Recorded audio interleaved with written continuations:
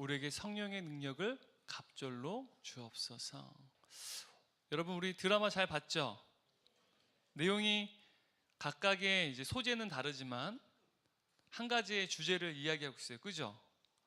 아빠 걔가 자녀 걔에게, 아기 걔에게 똑바로 걸어가는데 아빠도 똑바로 걸었습니까? 옆으로 걸었습니까?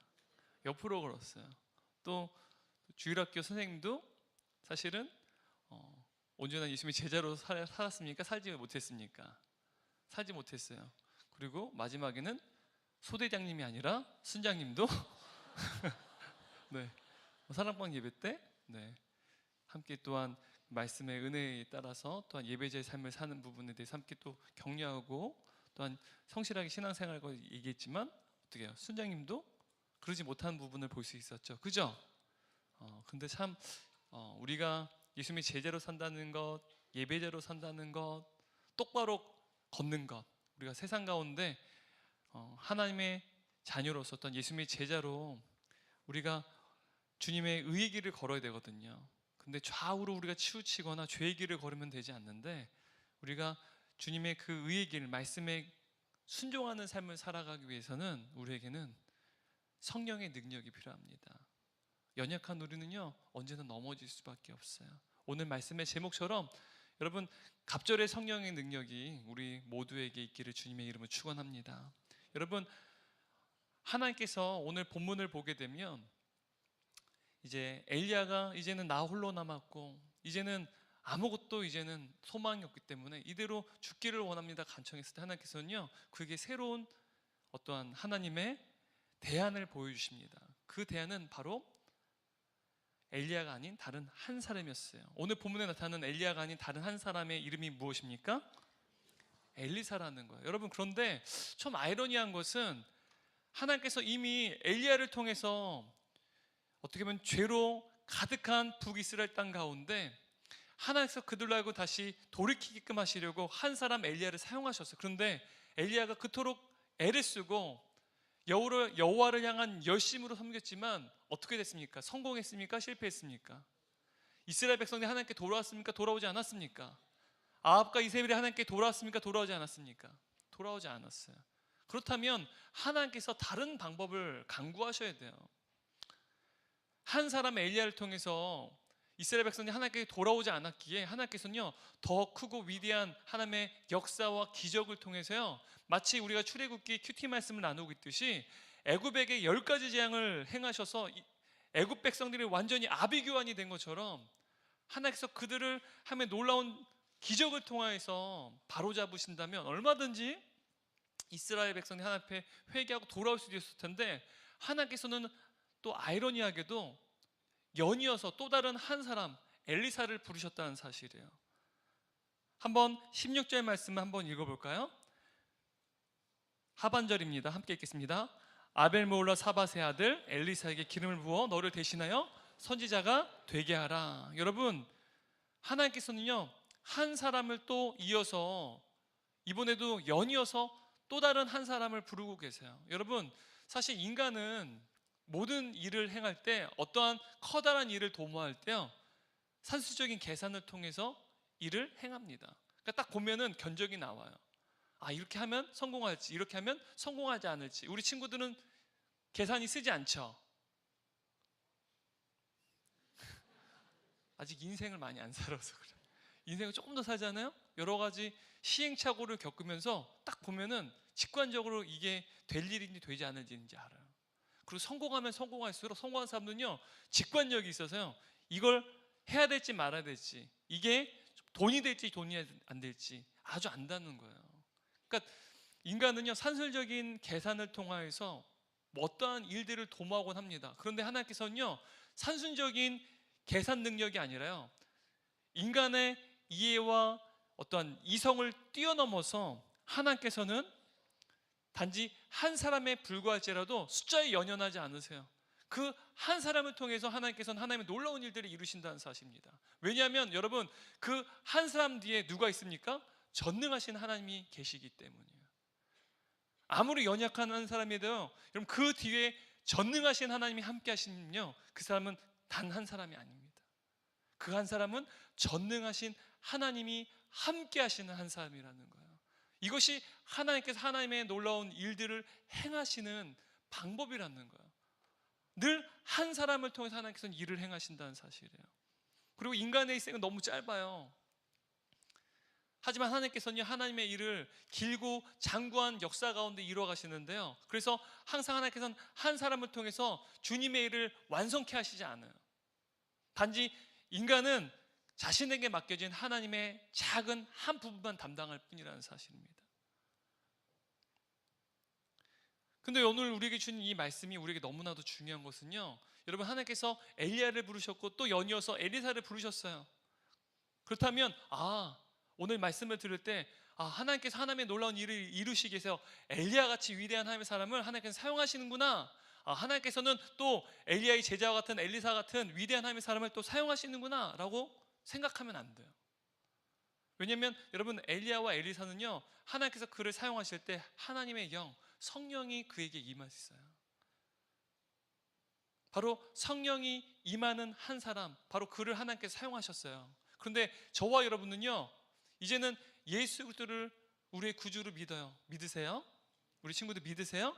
예수님을 구주로 믿는 자들은요, 우리로 하여금 예수님을 구주로 고백하게 하시는 예수의 영이 성령님이 거하고 계세요. 성령님이 계시기 때문에 저와 여러분이 예수님을 나의 구세주로 고백할 수 있는 거예요. 여러분이 똑똑하기 때문에, 내가 예수님 믿기로 결단했기 때문에 예수님 믿는 게 아니라 성령님이 거하신다는 사실이에요. 그렇다면 여러분, 엘리사와 엘리야에게 성령이 거하셨던 것처럼 우리에게도 동일하게 성령이 거하시는데, 그냥 잠시 거하시는 게 아니라 영원히 거하세요. 예수님의 보혈의 피로 구원받은 우리는 이제는 영원한 하나님의 자녀가 되었기에 보혜사 성령님이요, 우리와 영원히 함께 하신다는 사실이에요. 그렇다면 엘리사와 엘리야와 마찬가지로 우리는요, 성령님이 거하시는 하나님이 예비하신 그 한 사람이라는 사실이에요. 그렇다면 오늘 성경에 기록된 이 엘리사에 대한 이야기는요, 저와 여러분의 이야기예요. 우리 친구들을 향한 하나님의 말씀이에요. 바로 저와 여러분이, 또 아무리 여러분 나이가 어려도요, 여러분 모두가 하나님께서 태초부터 예비하신 하나님의 자녀요, 하나님이 준비하신 그 한 사람이라는 사실이에요. 바로 우리가 하나님께서 준비하신 그 한 사람입니다. 여러분, 그거 믿으시기 바라요. 그런데 여러분, 오늘 우리가 말씀을 통해서 그 한 사람인데요, 엘리사를 통해서 우리가 발견해야 될 요소가 무엇이냐? 엘리사는요, 하나님께서 그를 부르실 때 즉각적으로 순종했어요.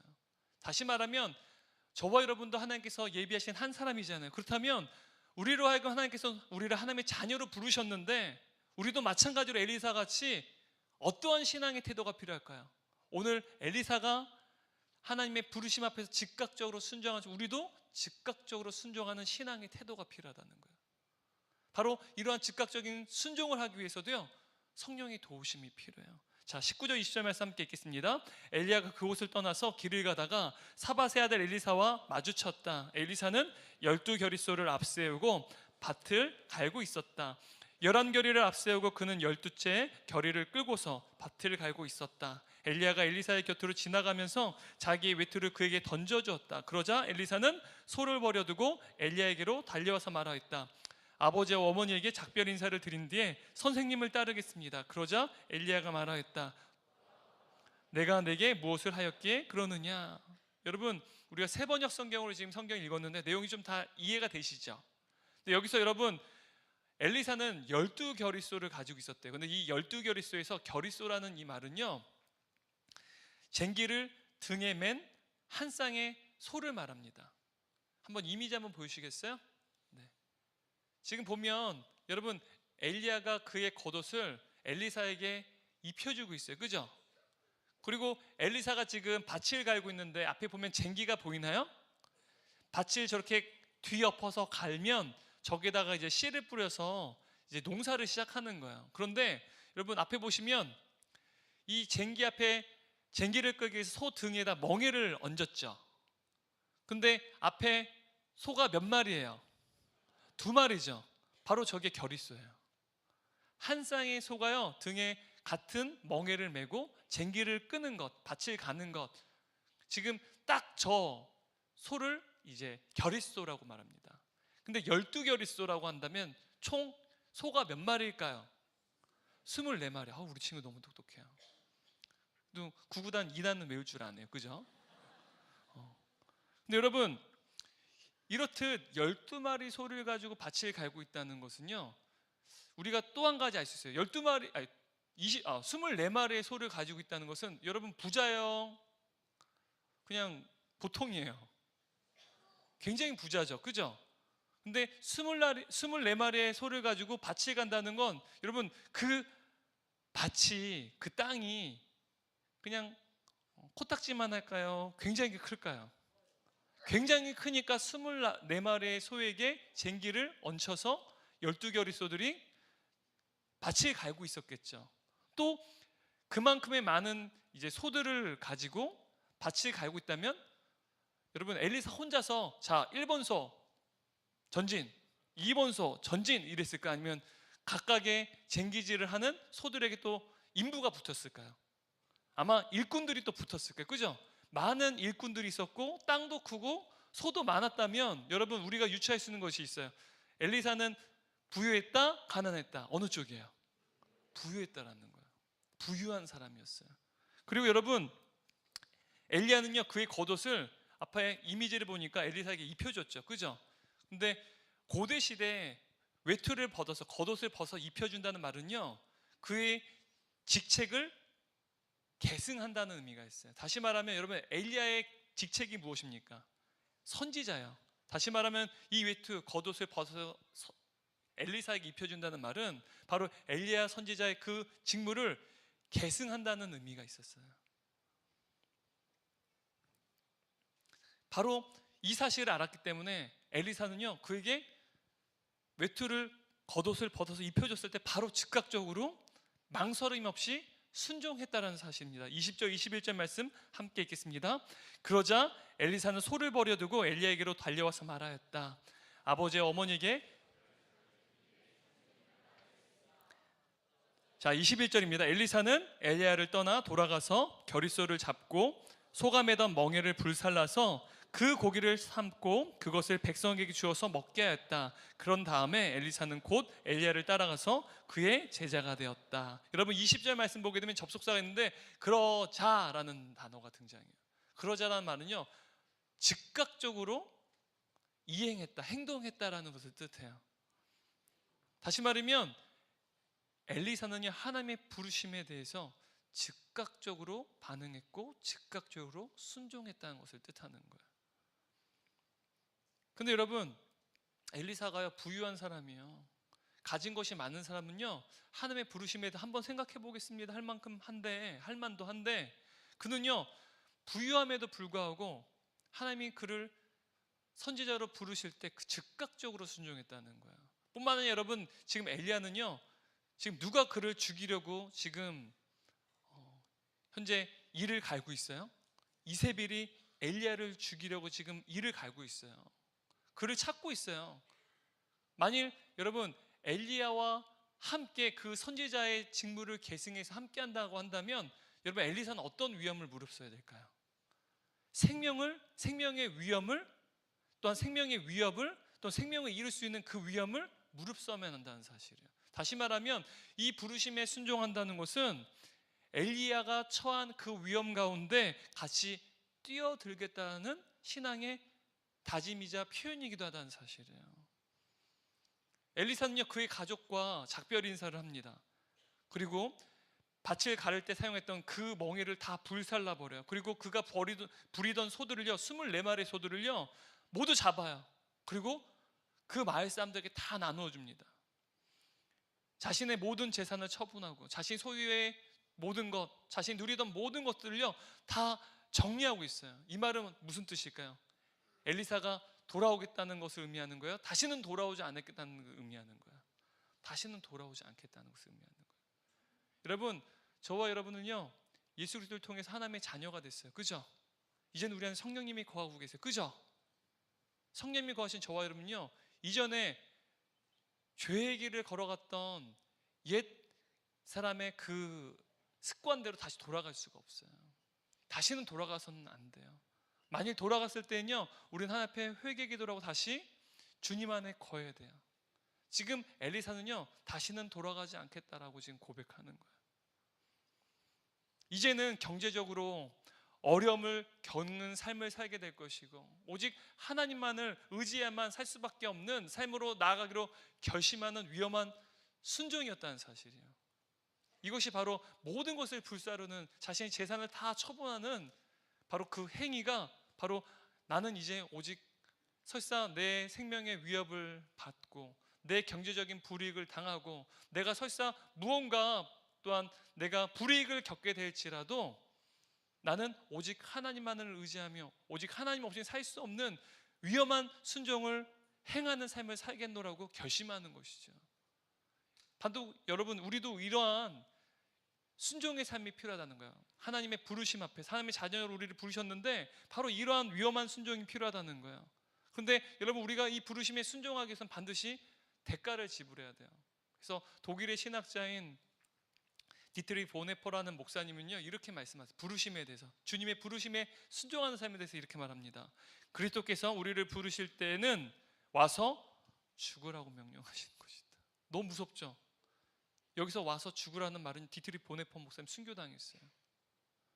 주님의 부르심 앞에서는요 순교도 포함되지만 또 한편으로는요 우리의 때로는 비전도의 주님의 부르심을 위해서라면 때로는 내려놔야 돼요.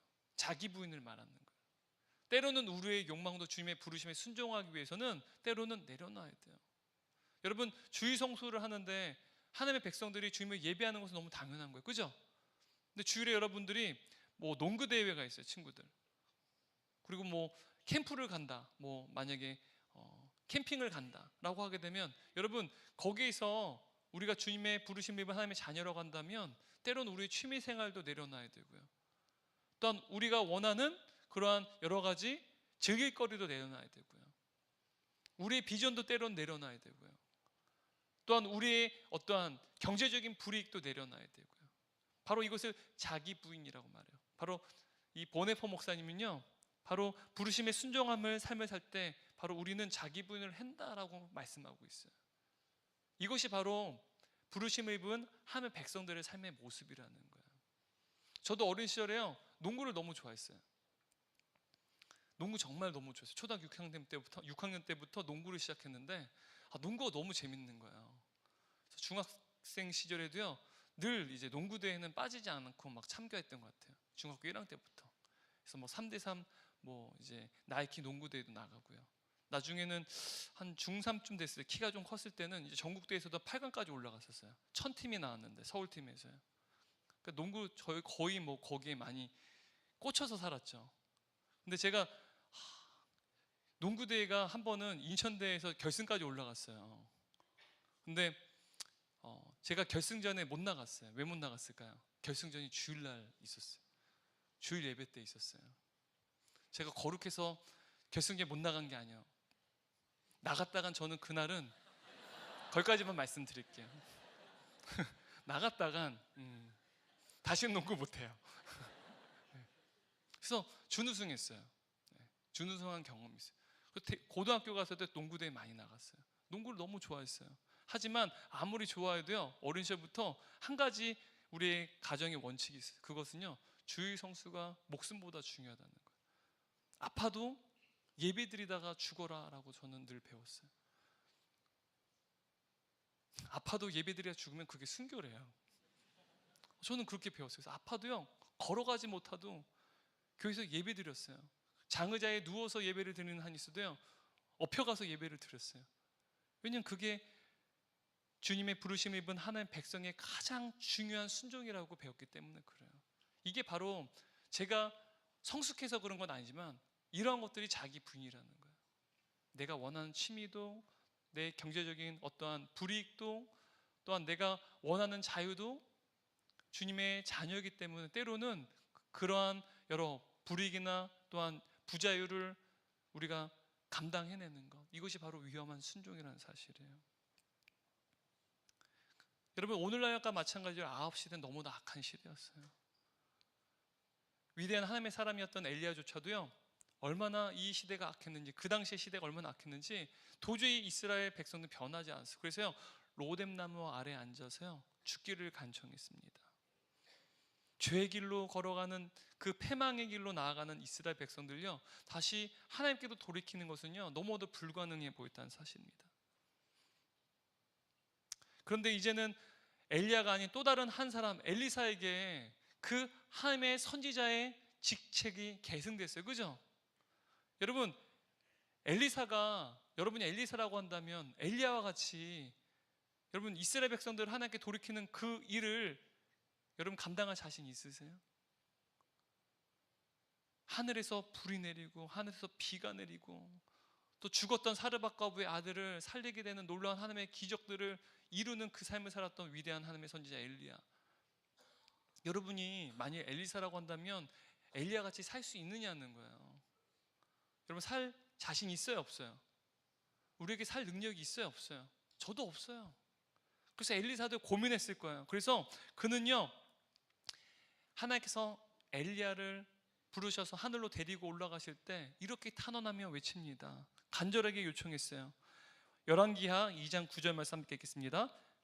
엘리사가 이르되 당신의 성령이 하시는 역사가 갑절이나 내게 있게 하소서. 여러분, 엘리사는요 지금 엘리야에게 있는 당신의 그 성령이 하시는 일, 그 성령의 역사가요 자신에게 갑절이나 있게 해달라고 지금 요청하고 있다는 사실이에요.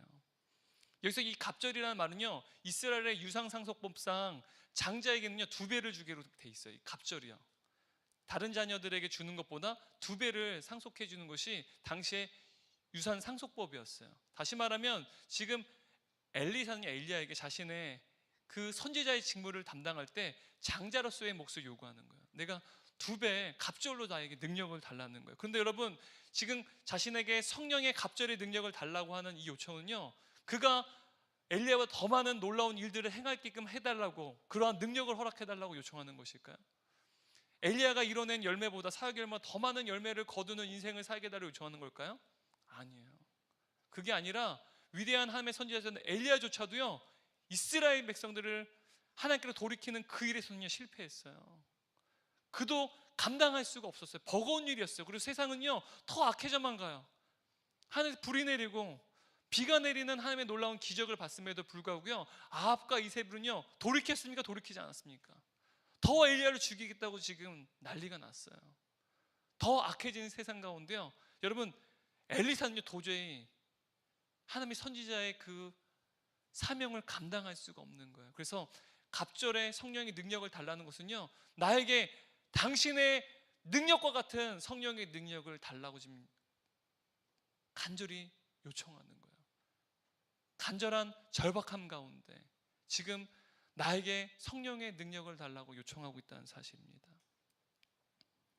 여러분, 오늘날에도 너무나도 악한 시대예요. 그죠? 죄를 행하는 악한 시대를 우리는 살아가고 있어요. 이러한 시대를 살아간 저와 여러분에게 정말 절박하게 필요한 하나님의 능력이 무엇일까요? 바로 성령의 능력이라는 거예요. 저와 여러분 모두에게 성령의 능력이 필요해요. 저와 여러분이 하나님께 날마다 우리는 이러한 기도를 주님께 간구해야 돼요. 하나님, 우리에게 엘리야에게 주셨던 그 성령이 하시는 그 일이 또한 성령의 그 역사가 우리에게 갑절로 있기를 간절히 원합니다. 절박함 가운데 주님의 능력을 구해만 해요. 왜? 우리는 엘리야 같은 능력이 없잖아요. 우리는 연약하잖아요. 날마다 우리 주님께요 갑절의 능력을 나에게 달라고, 내가 주의 말씀에 순종하는 삶, 때로는 내가 경제적인 불이익이 있고 나에게 유익이 되지 않더라도 나의 안전한 삶을 넘어서서 주님의 그 위험한 말씀에 순종할 수 있는 삶을 살아갈 수 있도록 주님, 나에게 성령의 갑절의 능력을 주옵소서. 우리는 간구해야 된다는 사실이에요. 여러분, 우리가 하나님께 성령의 능력을 간절히 구할 때요 예수님께서는 이렇게 약속하셨어요. 누가복음 11장 13절 말씀 함께 읽겠습니다. 너희가 악할지라도 좋은 것을 자식에게 줄 줄 알거든 하물며 너희 하늘 아버지께서 구하는 자에게 성령을 주시지 않겠느냐. 여러분, 이미 저와 여러분 예수 그리스도를 구주로 믿기 때문에 성령이 계세요. 성령이 거하시기 때문에 성령을 달라는 말은 맞지 않아요. 여기서 말씀하신 것은요, 성령이 거하는 자들에게는 성령의 능력을 더하여 주시겠다라고 해석해야 돼요. 여러분, 우리가 이 악한 시대를 살아갈 때 저와 여러분은 하나님께서 이 악한 시대 가운데 마치 엘리야와 엘리사 같이 하나님의 새로운 대안을 우리를 준비하셨어요. 또한 이 시대 가운데 하나님께서는요, 저와 여러분, 우리 친구들은 나이도 어리지만 그럼에도 불구하고 하나님께서는 여러분을 하나님의 한 사람으로 준비하셨어요. 연약한 우리가 악한 이 시대에 살아갈 때 여러분, 우리 안에 계신 성령님께 여러분 날마다 간구하며 구하십시오. 나에게 성령의 갑절의 능력을 주옵소서. 여러분, 기도할 때요, 우리 하늘아버지께서는요, 우리가 간절히 요청할 때 그 요청에 응답해 주세요. 그래서 여러분 삶 가운데 하나님께서 갑절의 성령의 능력이 임하게 된 놀라운 역사가 있기를 주님의 이름으로 축원합니다. 또 우리 수능을 앞두고 있는 고3 친구들, 더더욱 마음이 연약해지고 또한 마음이 뒤숭숭한 지금 더욱더 성령의 갑절의 능력을 주님께 구함으로 주님 주시는 능력으로 앞으로 남은 그 학업도 성실하게 최선을 다하기 바랍니다. 우리 주님께 여러분을 도우시고 또한 여러분에게 지혜와 총명을 허락해 주실 줄 믿습니다. 우리 다 함께 일어나셔서 오늘 말씀을 기억하며 오늘 이 찬양 우리 주님께 올려드렸으면 좋겠습니다. 우리 가슴에 손을 얹고, 주님, 나에게 성령의 갑절의 능력 허락하여 주옵소서. 악하고 또한 이 시대, 악한 이 시대, 또한 연약한 우리를 통하여서 하나님의 놀라운 능력이 임하는 주님의 자녀된 삶을 살기를 원합니다. 함께 기도한 마음에 찬양 올려드리겠습니다. 이 세상을 살아가는 동안